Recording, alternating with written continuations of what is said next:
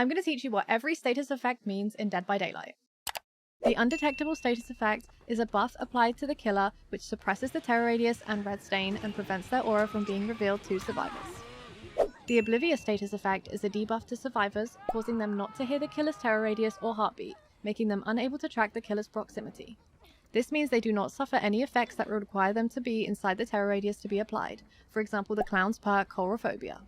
The Curse status effect is a debuff exclusively to survivors. It activates when a killer has an active hex totem in play caused by a hex perk equipped by the killer.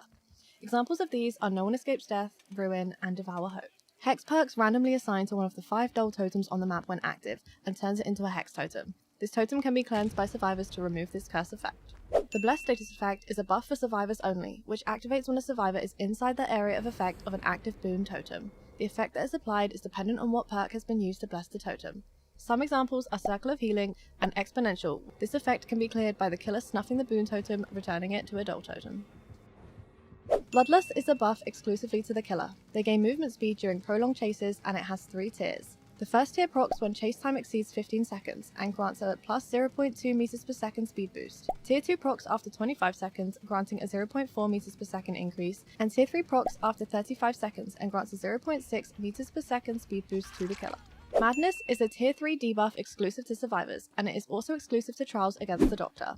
Survivors suffering from this status effect suffer from various hallucinations and other impairments. It impairs survivors' sanity and varies depending on the Doctor's add-ons being used. In Tier 1, survivors scream once and the killer is notified, as well as increasing the odds by 33% to proc an off-center or reverse skill check, also known as a Madness skill check. In Tier 2, the same thing happens as Tier 1, but now survivors are presented with illusionary doctors around the map.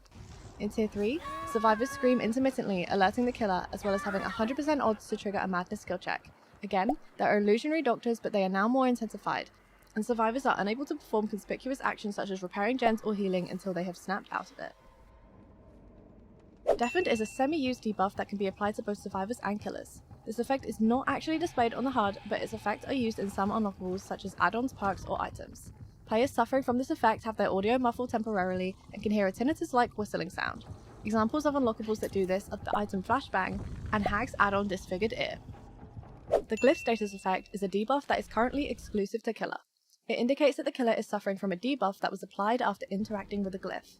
Glyphs are special props generated in-game only when a player in the trial has an active glyph challenge selected from the tome. Some examples of debuffs that a killer can receive are increased cooldowns to miss basic attacks, reduced recovery rate from pallet stuns, and increased duration to break pallets, walls, and gens.